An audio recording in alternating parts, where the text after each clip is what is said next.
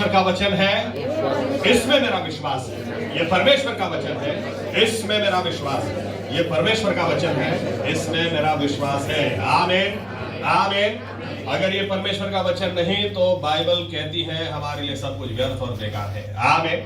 लेकिन ये सही में परमेश्वर का वचन है। आइए दो भाग पढ़ते हैं, यशायाह 60 1 2 और 3। यशायाह 60, यशायाह 63 अध्याय तेरी पहली बीजी त्रीजी कलम।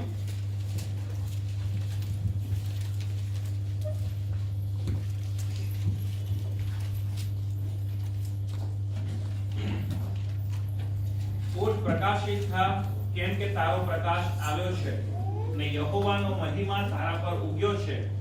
જુઓ અંધારો પૃથ્વીને તથા ઘોર અંધકાર લોકોને ઢાંકશે, પણ યહોવા તારા પર ઉગશે ને તેનો મહિમા તારા પર દેખાશે। પ્રજાઓ તારા પ્રકાશ ભણી તથા રાજાઓ તારા ઉદયના તેજ ભણી ચાલ્યા આવશે। दूसरा भाग पढ़ेंगे, पहला कोरिन्थी पहला अध्याय 26 से आखिरी तक।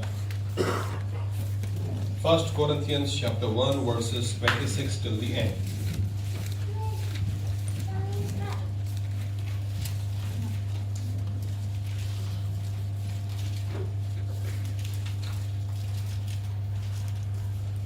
માટે ભાઈઓ તમે તમારા તેડાને લક્ષ્યમાં રાખો કે જગતમાં ગણાતા ઘણા જ્ઞાનીઓને, ઘણા પરાક્રમીઓને, ઘણા કુલીનોને તેડવામાં આવ્યા નથી, પણ દેવે જ્ઞાનીઓને શરમાવવા સારું જગતના મૂર્ખોને પસંદ કર્યા છે અને શક્તિમાનોને શરમાવવા સારું જગતના નિર્બળોને પસંદ કર્યા છે।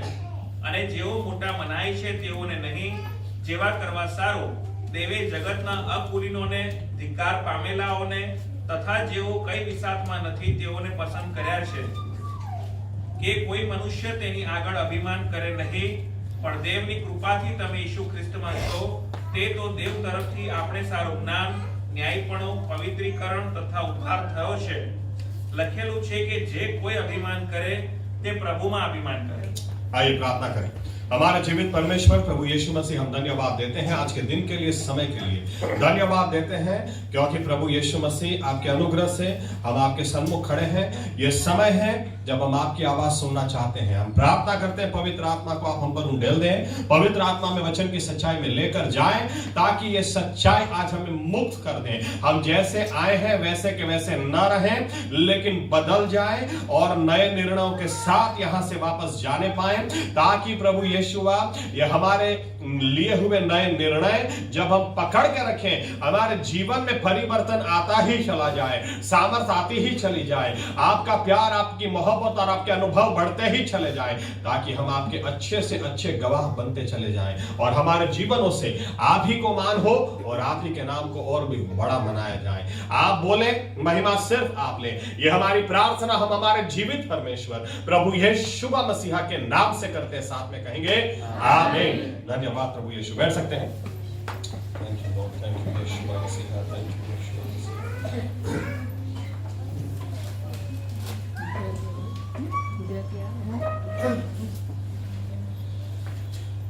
और एक खुशी की बात मैं आपको बताता हूं, क्योंकि पहली तारीख को जब मैंने यूं कहा या संदेश देते हुए ये कहा कि बाइबल में 2022 बार विजडम शब्द का इस्तेमाल किया गया है और ये 2022 की साल है, तो मुझे इतना तो समझ में आता है इस बात से कि प्रभु यीशु इस साल अगर हम रेडी हो, या तो हम यूं कहें प्रभु यीशु आप हमें बुद्धि दें, तो वो हमारा इस तरह से इस्तेमाल करना चाहते हैं कि दूसरों के पास जहां रास्ता नहीं हो, हमसे ही रास्ता निकलेंगे। आमीन, आमीन। क्योंकि बाइबल कहती है, वचन में लिखा है, तू उठ और तू अपना उजियाला दे। आमीन। क्योंकि सारी पृथ्वी पर अंधेरा और भी गहरा होता चला जाएगा, लेकिन तेरे पास राजा आएंगे, बड़े लोग तेरे पास आएंगे, क्योंकि तेरे पास उसका जवाब या उसका प्रश्न का हल होगा। आमीन। मुझे बहुत खुशी हुई जब एक प्रोफेटेस है जिनको मैं शायद परसों रात को मैंने सुना, और थोड़ा नाम नहीं बताऊंगा, हिस्ट्री बता देता हूं खाली। वो 4 साल से प्रोफेटेस है, 4 साल की उम्र से, और अभी 70 साल की उम्र है। आप सेवकाई सोच लीजिए, और अभी तक उनके मुंह से ऐसा कुछ निकला ही नहीं है जो कभी गलत हो।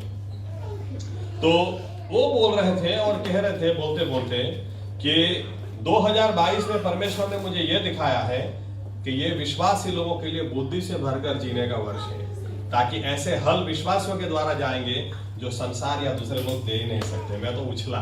मैं प्रभु यीशु को सही में धन्यवाद देना चाहता हूँ। प्रभु यीशु हमसे बात करते हैं। आमीन आमीन। तो एनीवे, आज उसी विषय में थोड़ा सा आगे बढ़ते हैं, क्योंकि पिछली बार हमने देखा उसी टॉपिक को मैं आज थोड़ा आगे ले जाता हूँ। एनीवे, यहां पर लिखा है अराइज एंड शाइन, उठ और उजियाला दे। इन शॉर्ट, अगर हम विश्वासी होने के नाई अगर कुछ दुनिया को दे ही नहीं सकते, तो हमें सही में प्रश्न खड़ा होना चाहिए कि हमारा एक दिन और जीना भी क्या लाभ है, क्या फायदा है। आमीन आमीन। विश्वासियों को समझ में आना चाहिए, हमें अपने आप को सोचना है, जांचना है कि मेरे अगर प्रभु यीशु ने कहा तुम संसार का नमक हो, किसी को स्वाद हम दे नहीं पा रहे, तुम संसार का उजियाला हो, किसी को उजियाला दे नहीं पा रहे, तो जीने का मतलब क्या है? कोई मतलब तो है नहीं। आमीन। हमेशा विश्वासी को यह प्रश्न खड़ा अपन कौन से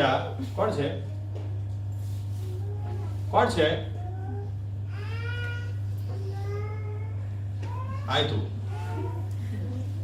हमेशा विश्वासी को यह प्रश्न होना ही चाहिए। पता हम लोग क्या करते, प्रभु तू मेरे लिए कर, प्रभु तू मेरे लिए कर, प्रभु तू मेरे लिए, और नहीं किया। आखिरी साल का आखिरी दिन संदेश मेरा ये था जो परमेश्वर ने बदल दिया था। मुझे इस विषय पर बोलना चाह रहा था। होता क्या है, विश्वासी व्यक्ति प्रभु ये कर, प्रभु ये कर, प्रभु ये कर, प्रभु ये कर, फिर जब नहीं होता, विश्वासी व्यक्ति को ख्याल भी नहीं आता, यहां से कड़वाहट दिल में आना शुरू हो जाता है। कड़वाहट यहां से शुरू होती है, जबकि हमें, अगर हम विश्वासी अपने आप को कहलाते हैं, तो प्रभु ये कर रहे हैं, प्रभु तू बोल, मैं तेरे लिए क्या करूं, ये होना चाहिए। आमीन। Not my will but thy will, मेरी नहीं आपकी मर्जी पूरी हो जाए। 1936, अगर मैं गलती नहीं करता हूं, ओलंपिक्स, जहां पर ध्यानचंद बहुत फेमस हो गए हॉकी में। क्या हुआ, इन्होंने गोल पर, यहां हिटलर बैठा था।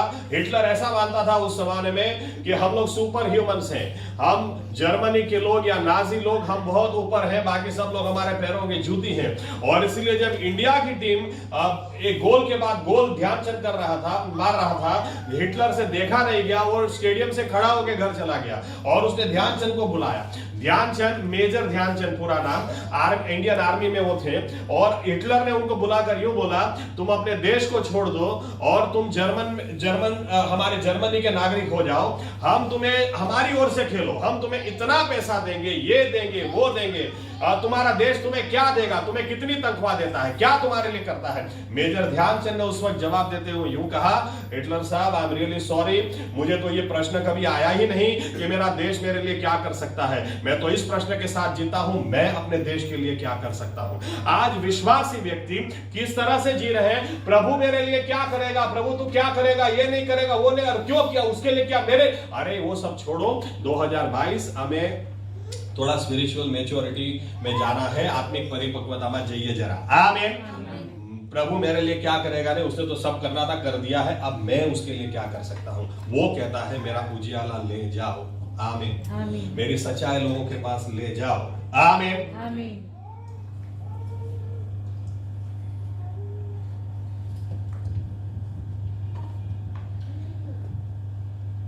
एक चाबी आपसे मैं शेयर करना चाहता हूं, लेकिन वो करूं उसके पहले जो आयतें हमने पढ़ी, पहला कोरिन्थी पहला अध्याय, देखो वहां पर क्या लिखा है, परमेश्वर ने अगर हमें चुना है, अगर हम विश्वास करते हैं कि परमेश्वर ने हमें चुना है, तो यह भी विश्वास करना जरूरी है कि दुनिया, हम हर स्टैंडर्ड से मूर्ख हैं या तो मूर्ख थे, क्योंकि बाइबल बताती है परमेश्वर ने वेल क्वालिफाइड लोगों को नहीं पसंद किया, उसने जब चुना तो इन संसार के मूर्खों को चुना है।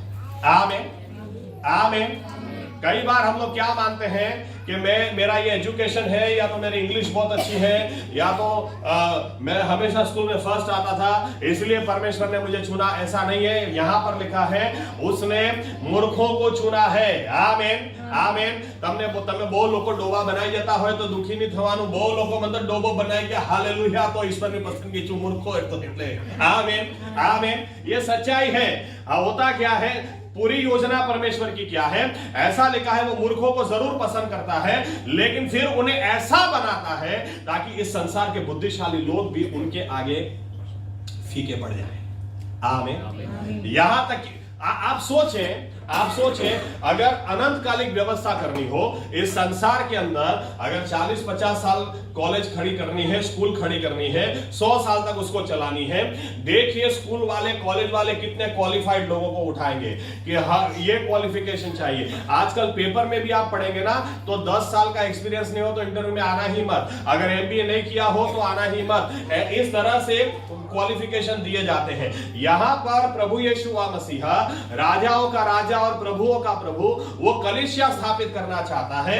वो कलीसिया जो जिसकी नींव अनंत काल तक डालनी है, क्योंकि कलीसिया अनंत काल तक टिकने वाली है। और अनंत काल की कलीसिया की नींव को डालने के लिए देखो किसके पास जाते हैं, ना कोई यूनिवर्सिटी में गए, किसी के पास नहीं, सीधा पतरस, याकूब और यूहन्ना के पास, आंद्रिया के पास, जो अनपढ़ लोग थे उनके पास वो गए। आप सोचें, परमेश्वर ऐसे लोगों के पास कैसे जा सकता है, लेकिन वो चुनता ही मूर्ख लोगों को है। लेकिन फिर वही मूर्ख लोग जब रास्ते पर घूमने निकले ना, तो उनकी परछाई से लोग चंगे होते हैं। ये परमेश्वर की योजना है। आमीन, आमीन। यही मूर्ख लोग, अनपढ़ लोग, एक जमाने के मूर्ख और अनपढ़ लोग, वो अच्छे से अच्छे डॉक्टर को दिखा दो, लेकिन डॉक्टर कुछ नहीं कर सकता। लेकिन ऐसे लोगों के पास, वो भिखारी ने भीख मांगी, मुझे कुछ दे दो। पतरस और यूहन्ना ने कहा सोना चांदी हमारे पास नहीं है, लेकिन जो है वो देते हैं। यीशु नाज़री के नाम से उठ और खड़ा हो जा, और वो हो गया। हालेलुया।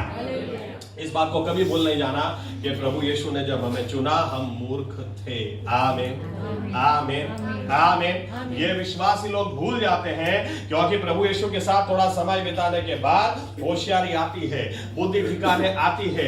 एक आदमी के बारे में लिखा हुआ है मरकुस 5वें अध्याय में, इसको कपड़ा पहनने का भी होश नहीं था, लेकिन जब प्रभु यीशु ने दुष्ट आत्मा निकाली, ये एकदम से कपड़ा पहन के, बुद्धि एकदम शांति से प्रभु यीशु के चरणों में बैठा था। यीशु मसीह के पास आने के बाद बुद्धि ठिकाने आती है, स्वभाव में परिवर्तन आता है, सोच बदलती है, विचार बदलते हैं। लेकिन धीरे धीरे धीरे धीरे क्या होने लगता है, इसके बाद विश्वासी व्यक्ति के पास धीरे धीरे, अभी टाइम नहीं है, अभी बाइबल पढ़ने के लिए टाइम नहीं है, अभी प्रार्थना करने के लिए टाइम नहीं है, अभी मेरे पास प्रभु यीशु मसीह के लिए टाइम नहीं है। हकीकत यह है कि हम मूर्ख थे। ओके, और एक पॉइंट, थोड़ा वजन डालता हूं। कई घरों में बच्चों को घर जाना अच्छा नहीं लगता, या तो घर में रहना अच्छा नहीं लगता। क्यों? क्योंकि घर में कीमत ही नहीं। गधेड़ा, वागरी, लोबा, इस तरह से बोलते हैं, ऐसे शब्द इनके लिए इस्तेमाल करते हैं। इनको अच्छा, और ये लोग खाली घर के बाहर कदम निकालेंगे, दो आजा चल खाने जाते, तो इनको इतना अच्छा लगता है यार, 1 घंटे और बाद में घर जाते। आप प्रभु यीशु, मूर्ख से मूर्ख आदमी भी होना, लेकिन वो प्रभु यीशु की हजूरी में जाएगा तो ऐसा नहीं बोलेगा, ए मूर्ख सुन मेरी बात सुन, मेरे बेटे मेरी बेटी, तू मेरा द्रव्य है, तू मेरा खजाना है। आमीन। तू मेरी जात, तू मेरे लोग हैं, तुम मेरे लोग हो, मैं तुझे कभी छोड़ूंगा नहीं, मैं तुझे कभी त्यागूंगा नहीं। आमीन। यीशु मसीह जैसा स्पेशल फील कोई करा ही नहीं सकता, इसीलिए उसके साथ ज्यादा समय बिताए। आमीन। मूर्ख व्यक्ति इसलिए होता क्या, शुरू में लोग बाइबल अच्छा पढ़ते हैं, प्रार्थना करते हैं, लेकिन थोड़े समय के बाद थोड़ी सी बुद्धि आ गई, थोड़ा सा टैलेंट, थोड़ा सा अभिषेक, इसके बाद फिर मुझे बोला, मुझे तू जानता भी है मैं कौन हूं।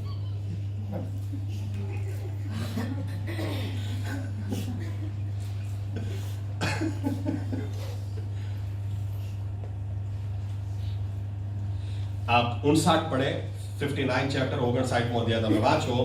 परमेश्वर अपने ही लोगों से फरियाद करता है, कहता है तुमने ही मुझसे, तुम यहां तक तुम मुझसे दूर चले गए हो, यहां तक गुनाह करते रहे हो कि आखिर में खून भी, कि तुम्हारे हाथ खून से रंगे हो। यहां तक कि परमेश्वर यूं कहता है कि जब तुम्हारे बीच में मैंने दृष्टि की, मुझे एक व्यक्ति नहीं मिला जो मेरे और लोगों के बीच में खड़ा रहे, एक व्यक्ति नहीं मिला जो इंटरसेशन करे, जो मध्यस्थी करे, एक व्यक्ति नहीं मिला जो प्रार्थना भी करता हो। कितने दुख की बात है ये बिलीवर्स लोगों के लिए। आमीन। ये उन लोगों के लिए है जो एक समय पर्व अच्छी तरह से मनाते थे, नाचते थे, कूदते थे, गाते थे, लेकिन आज क्या हो गया?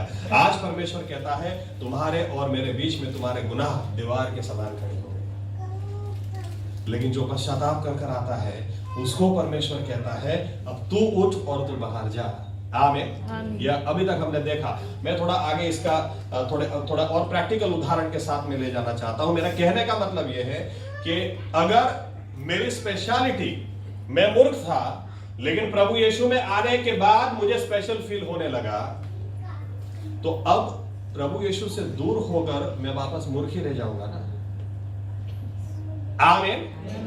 मुझे वो जगह छोड़नी ही नहीं है। आमीन। क्योंकि यही तो जगह है जहां मुझे स्पेशल आइडेंटिटी मिली है, यही तो जगह है जहां मेरे गुनाह माफ हुए हैं। क्योंकि लोगों के बीच में फिर भी हो सकता है 10 साल के बाद भी याद दिला दे, मुझे याद है तूने क्या बोला था, मुझे याद है तूने, लेकिन ये जगह ऐसी है जहां पर परमेश्वर बोलता है न सिर्फ तेरे गुनाह में माफ करूंगा, कभी याद नहीं करूंगा।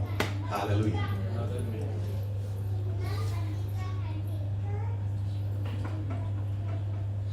ऐसा लिखा है, कभी कोई व्यक्ति अभिमान न करे, इसकी वजह से मूर्खों को चुना गया है। आमीन।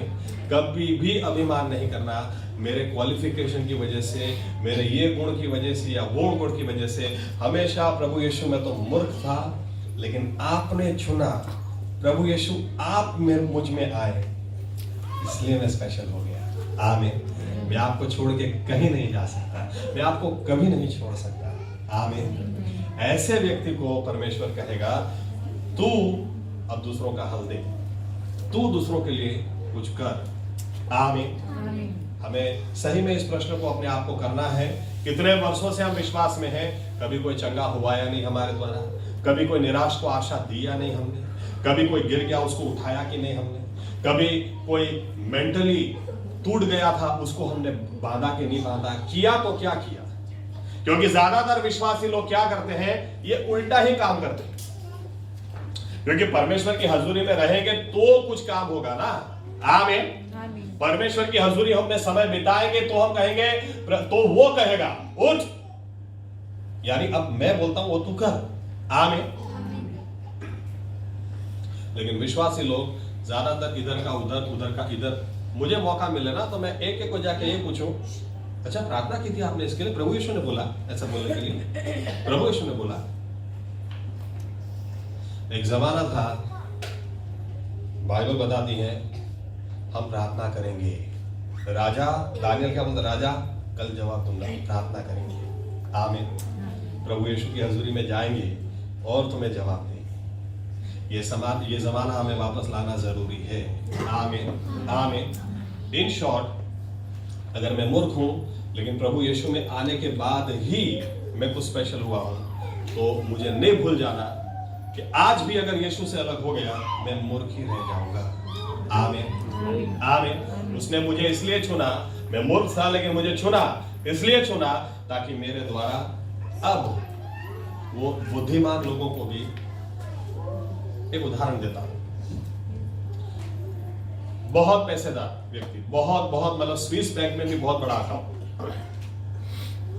बहुत पैसा, शायद दुनिया में मेरे ख्याल से 1 से 500 के बीच में अगर गिनती गिनी जाए तो उसमें से एक होंगे वो व्यक्ति, एक एक्स्ट्रा मैरिटल अफेयर में फंस गए थे, निकल ही नहीं पा रहे थे, और खाना खाने बैठे होटल में, और यहां पर परमेश्वर का बंदा जाता है और परमेश्वर एकदम से बोलते हैं उसके पास जाके बैठ और उसको ये बोल। इन्होंने जाकर पूछा, मैं 2 मिनट बैठ सकता हूं? उन्होंने बोला बैठो। बैठ गए और बैठ के बोला, आज के बाद वो लड़की आपको परेशान नहीं करेगी, परमेश्वर ने आपको माफ किया है, आज के बाद वो लड़की ना आपको फोन करेगी ना आपको किसी भी तरह से परेशान करेगी। कौन सी लड़की? किसकी बात कर रहे हो? क्योंकि वाइफ सामने बैठी। कौन सी लड़की बात कर रहे हो? क्या कर रहे हो? कौन सी लड़की? उन्होंने कहा, आपको ऐसा लगता है आपकी वाइफ सब जानती है, कुछ नहीं। तो इन्होंने कहा मैं मान ही नहीं सकता। तो इन्होंने कहा अच्छा ऐसा है तो आपकी स्विस बैंक का अकाउंट नंबर दूं क्या?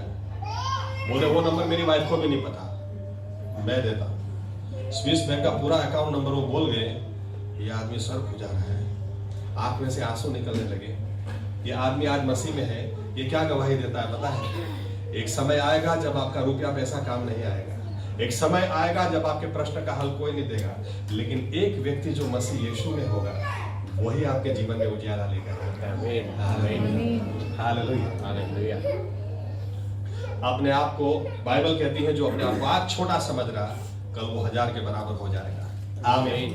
जो अपने आप को कमजोर समझ रहा है, वो एक दिन बलवान प्रजा हो जाएगा। सबसे आखिरी अध्याय, सबसे आखिरी आयत 60 में सबसे आखिरी।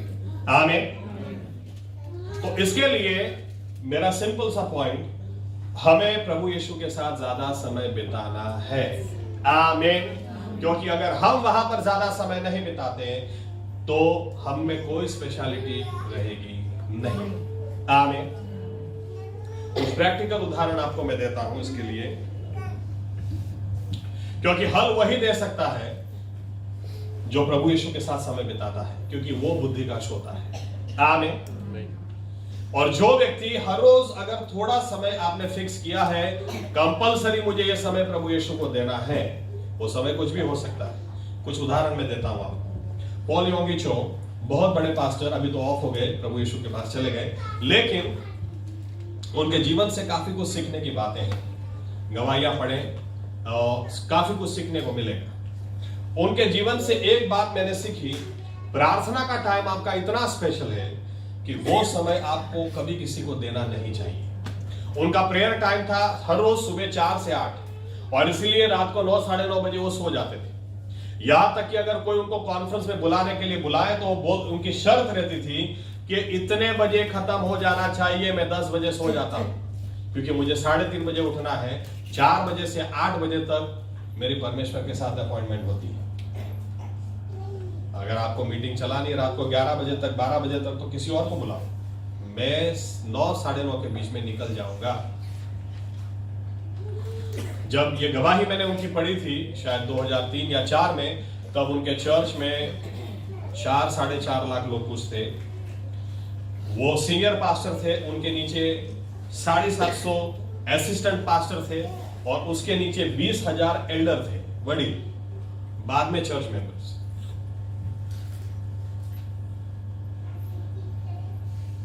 एक दिन एक व्यक्ति का फोन आया सुबह 6 बजे, इनकी असिस्टेंट ने उठाया और कहा कि मुझे योगी चौ साहब से बात करनी है। ये लड़की ने कहा कि आप 8 बजे के बाद फोन कीजिए, वो अभी बिजी हैं, आपसे बात नहीं करेंगे। इन्होंने कहा तुम जानते नहीं हो मैं कौन आप कोई भी बोलते हो, वो आपसे बात नहीं करेंगे, 8 बजे के बाद फोन करो। तो उन्होंने गुस्से में फोन रख दिया।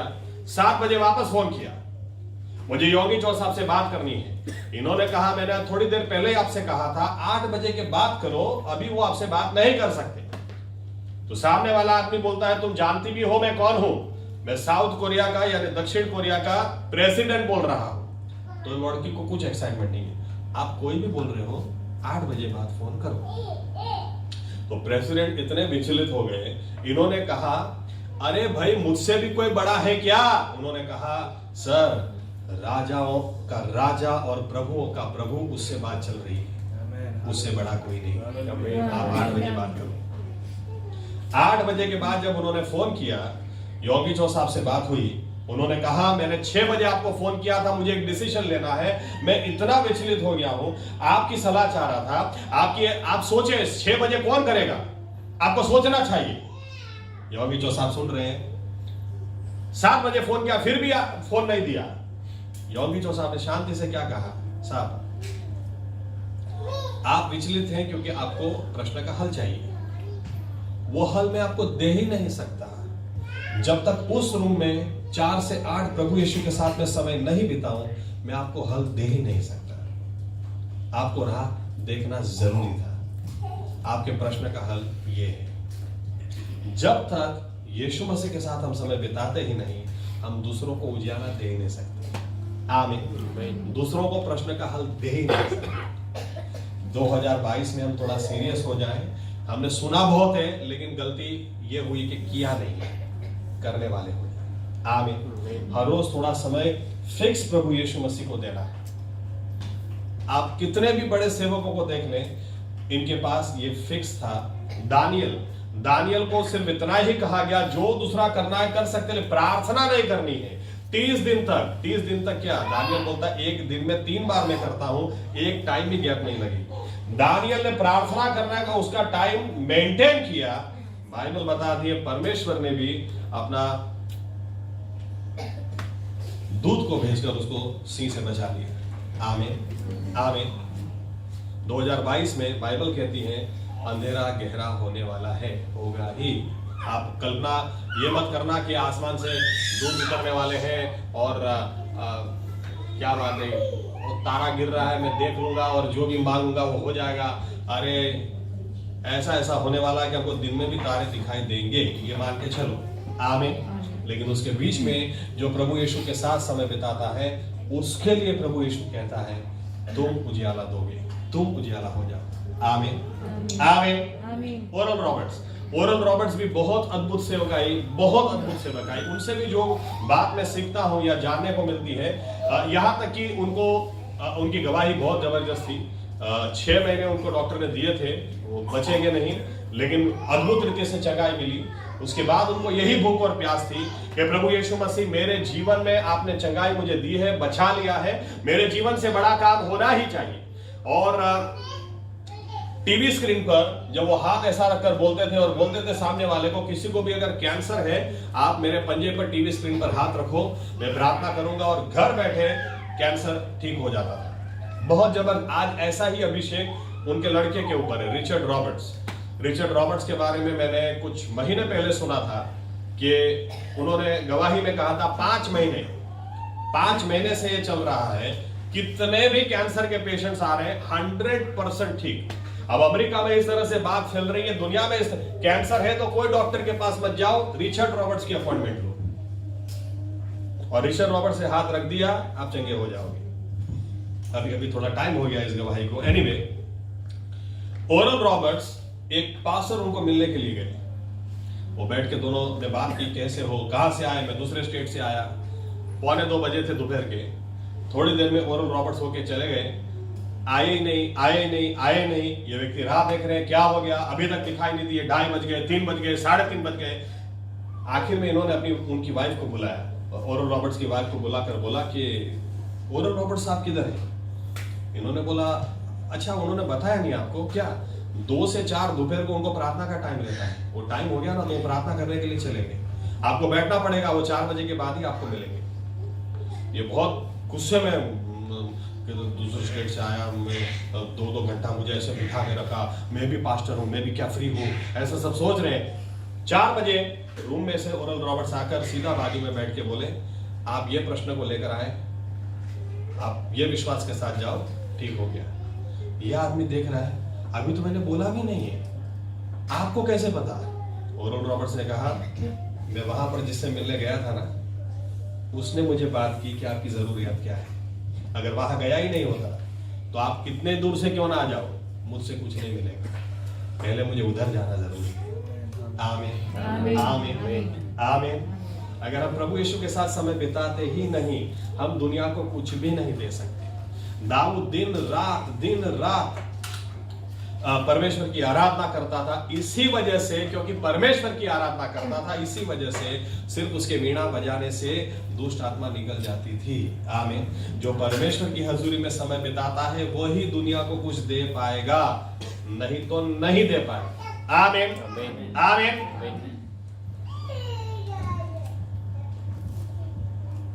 थोड़े सीरियस हो जाए इस बार, 2022 में हम सीरियस हो जाए, बाइबल थोड़ा ज्यादा पढ़ें, प्रार्थना थोड़ी ज्यादा करें और प्रभु यीशु के साथ में समय बिताएं। आमीन। और एक उदाहरण देता हूं, योगी साहब का ही। ये सब उदाहरण बहुत पुराने हैं लेकिन फिर भी इतने फ्रेश हैं। रात को 10 बजे इनका सोने का टाइम हो जाता था। सोने के लिए वो लेट नहीं जा रहे थे कि फोन आया, आपके चर्च का एक मेंबर घायल है, बहुत बुरी तरह से, शायद नहीं बचेगा, आप अभी के अभी आ जाओ, आप ही को याद कर रहा है। योगी साहब ने कहा ठीक है मैं आता हूं, ऐसा बोला। इसके बाद सुबह के 2 बजे वो दवाखाने में गए और सुबह 2 बजे दवाखाने में जाकर पूछा किधर है, तो डॉक्टर ने बोला कि आप वही है ना जो पास्टर जिसको फोन किया था? हाँ मैं वही हूं। तो डॉक्टर ने कहा आपको शर्म आती कि नहीं आती? मर गया आदमी, आपका नाम लेते लेते मर गया। आप किधर रहते हैं? तो बोलते इधर रहता हूं। तो आप तो कितना नजदीक रहते हैं, 10 बजे आपको फोन किया था रात को, तो अभी 2 बजे, आप 2 बजे आते हैं, आप कैसे पास्टर है? समझ में नहीं आता है। योगी साहब शांति से सुन रहे हैं, बोला कोई बात नहीं, डेड बॉडी किधर है? तो बोलते हैं कि वो सामने जाओ, राइट साइड के रूम में रखी हुई। ठीक है, मैं जा सकता हूँ, जाओ। गए योगी चो, उधर डेड बॉडी के पास जाके बोला, देखा, घुटनों पे गए, हाथ ऊंचा करके बोला, प्रभु खाली 5 मिनट के लिए इसकी आंखें खोल दे, मुझे बात करनी है इसकी। खड़े होके देखा तो आदमी की आंखें खुली हुई। उसको पूछा क्या हुआ था भाई? तो बोलता है कि आज हमारी शादी की दूसरी सालगिरह है। पहली सालगिरह में हम लोग साथ में नहीं थे। दूसरी सालगिरह में मेरी वाइफ को मैंने बोला था मेरी छुट्टी नहीं, वो बहुत उदास थी, लेकिन आज मुझे आधे दिन की छुट्टी मिली थी, तो मैं उसको सरप्राइज देना चाह रहा था, इसलिए मैं गुलदस्ता लेने गया और इतना खुश था कि वहां से जब मैं निकला, क्या कितनी खुश हो जाएगी, कितनी उदास होगी, लेकिन मैं घर जाऊंगा मुझे देखकर उछल पड़ेगी। ये सोचते सोचते मुझे ध्यान ही नहीं रहा, एक गाड़ी फुल स्पीड में आ रही थी, बहुत हॉर्न बजाया, लेकिन मुझे तो कुछ सुनाई नहीं दिया। इतना जबरदस्त एक्सीडेंट हो गया, मैं इतना बुरी तरह से रास्ते पर गिरा, मेरा पेट फट गया, अंतड़ियां बाहर आ गई और मुझे यहाँ पर लाए। तो मैंने इनसे कहा मुझे किसी से बात नहीं करनी, मेरे पास्टर को बुलाओ, वो मेरे लिए प्रार्थना करेंगे ना, मैं ठीक हो जाऊंगा। तो इन्होंने बोला वाइफ को पता है घर पे? बोलता है नहीं पता है, वो तो अभी भी सोच रही होगी कि अभी तक मैं घर क्यों नहीं आया। बोला ठीक है, तो जाना है ना, दूसरी सालगिरह, टाइम निकल गया, फिर भी मना नहीं है, मना नहीं। हाथ दे, अपना हाथ लिया और कहा यीशु मसीह के नाम से खड़ा हो जा। और इस तरह से वो खड़ा हो गया कि यहाँ पर भी पेट फट गया, ऐसा कुछ दिखाई न दे। और उसको हाथ पकड़कर जब बाहर ले गए और जब मेन कॉरिडोर में आते ही 2 नर्स सामने से चल के आ रहे, चिल्ला ही ये तो मर गया था, भूत करके ऐसे कैसे आ सकता है। ये उसको हाथ पकड़ के डॉक्टर के पास ले गए और डॉक्टर ने बोला ये तो मर गया था, कैसे? योगी चो साहब ने बताया, मैं बताता हूं। आपने 10 बजे मुझे फोन किया, पूरे दिन की थकान थी, बस मैं सोना चाह रहा था। अगर उसी वक्त में आ जाता तो ये मुर्दे से जिंदा नहीं होता, लेकिन 4 घंटे मैंने प्रार्थना की और जब मुझे लगा कि अब मेरी बैटरी चार्ज हुई है, अब मैं जाऊंगा ना, तो वो आदमी मरा होगा तो भी उसको जिंदा करके आऊंगा। वो विश्वास जब तक नहीं मिला, मैंने अपना घर नहीं छोड़ा, मैंने अपना रूम नहीं छोड़ा। इसीलिए मुझे आने में 2 बज गए। प्रभु यीशु के साथ में समय बिताएंगे ना, तो हम वैसे के वैसे नहीं रहेंगे, जिनके पास हम जाएंगे वो भी वैसे के वैसे नहीं रहेंगे। आमीन। शैतान हर तरह के बहाने देगा। देख ये हो गया ना, इसलिए बाइबल नहीं पढ़ना, देख ये हो गया ना, इसलिए प्रार्थना नहीं करना, ये हो गया ना, इसलिए। हमारे पास एक ही बहाना होना चाहिए, अगर मैं उसके साथ समय नहीं बिताऊंगा तो मुझ जैसा मूर्ख और कोई नहीं होगा। मेरी पूरी आइडेंटिटी, मेरी पूरी स्पेशलिटी इसीलिए है क्योंकि वो है, क्योंकि उसने मुझे चुना है। आमीन आमीन। और जब उसके साथ में समय बिताऊंगा तो मैं ऐसा हो जाऊंगा कि दुनिया के बुद्धिशाली लोग भी मेरे आगे ये पूछेंगे कहां से पढ़ाई की, कहां से सीखा, किधर से? और मेरे पास एक ही जवाब होगा, वो पुणे से। मैं और मेरा प्रभु वहां पर मिलते हैं। आमीन आमीन। 2022 में थोड़े से हम और सीरियस हो जाए, प्रभु यीशु के साथ में ज्यादा समय बिताएं। आमीन। क्योंकि प्रभु यीशु की मर्जी है, मैंने तुम्हें इसलिए चुना है, मुझे इतनी बुद्धि से तुम्हें भरना है कि दुनिया के बुद्धिशाली लोगों के पास जो हल नहीं होगा वो तुम्हारे पास होगा। मुझे तुम्हें इतनी ताकत से, इतनी सामर्थ से भरना है कि दुनिया में ताकतवर लोग भी जो हल नहीं दे पाएंगे वो तुम दे पाओगे। आमीन। लोग तुम्हारे पास आएंगे, राजा तुम्हारे पास आएंगे, अधिकारी लोग तुम्हारे पास आएंगे, क्योंकne तुम्हारे पास मेरा उजियाला होगा। आमीन। आइए अपनी जगह खड़े हो जाओ। प्रार्थना करना चाहते हैं, लेकिन प्रभु यीशु से कहें,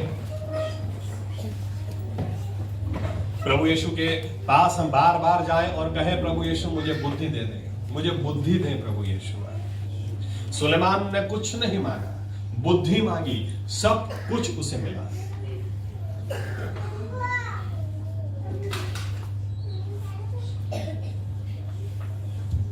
क्योंकि हमने बुद्धि मांगी ही नहीं, इसलिए हमारी वजह से लोगों के जीवन में बड़े प्रश्न और बड़े हो जाते हैं। जिनके जीवन में प्रश्न है नहीं, वहां पर ऐसे ही हम खड़े कर देते हैं। लेकिन प्रभु यीशु 2022 में हमें हल लाने वाले मसीह बनाना चाहते हैं। ऐसे मसीही लोग बनाना चाहते हैं, किसी के पास हल ना हो, वो हमारे पास से उनको मिल जाए। इधर का उधर, उधर का इधर बंद कर दे अभी। लेकिन जिस परमेश्वर ने हमें चुना, उसके साथ जाकर हम समय बिताएं। क्योंकि वहां हमारी स्पेशलिटी है। उससे अलग होकर मूर्ख थे, मूर्ख ही रहेंगे, लेकिन उसके पास जाकर इतने बुद्धिशाली होंगे कि इस दुनिया के बुद्धिशाली से बुद्धिशाली लोग भी हमारे सामने फीके पड़ जाएंगे। प्रभु यीशु मसीहा ऐसा हमको बनाना चाहते हैं। कमजोर से कमजोर भी 1000 के बराबर हो जाएगा। जो अपने आप को कमजोर समझता वो बलवान प्रजा हो जाएगा।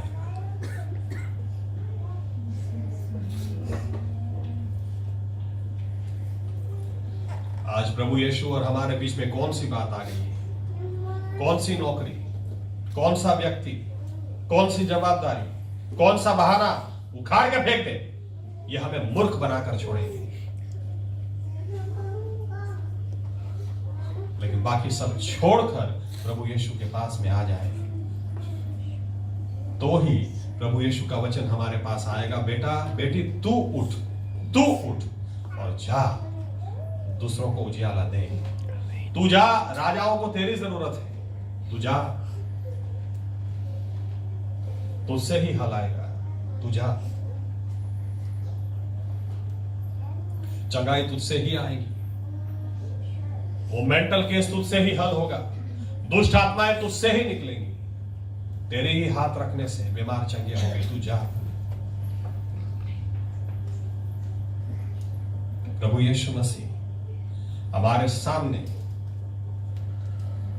आज दो ही विकल्प है, या तो हम अपनी लाइफ को और भी वेस्ट करें, या तो आज के वचन के प्रकाश में, उसके उजियाले में सही निर्णय लेकर आपकी हजूरी में रेगुलर ज्यादा से ज्यादा समय बिताते हुए और भी बुद्धि से भर जाए, और भी उजियाले से भर जाए, और दूसरों को प्रभु यीशु आशीषित होकर दूसरों के लिए हम आशीष का कारण बन जाए। आज यही निर्णय हम सभी लेते हैं। आपसे अलग होकर हम कुछ नहीं कर सकते, आपसे अलग होकर हमारी कोई औकात नहीं, हम कुछ भी नहीं प्रभु यीशु। हम जो भी हैं आपके साथ आने से हैं, आपकी हजूरी में आने से हैं। कैसे भूल सकते हैं? हमारा छुटकारा उधर से है, हमारी चंगाई उधर से है, हमारा परिवर्तन उधर से है, हमारी पहचान उधर से है, हमारा जीवन उधर से है, हमारी माफी उधर से, हमारा सब कुछ प्रभु यीशु आपकी हजूरी से है।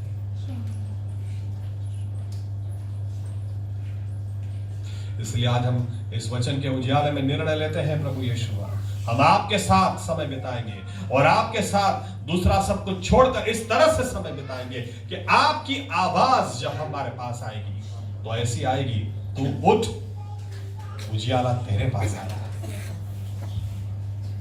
इसी वचन के मुताबिक हम सभी के साथ में हो, ये हमारी प्रार्थना प्रभु यीशु मसीहा के नाम से करते हैं। आमीन। धन्यवाद प्रभु यीशु।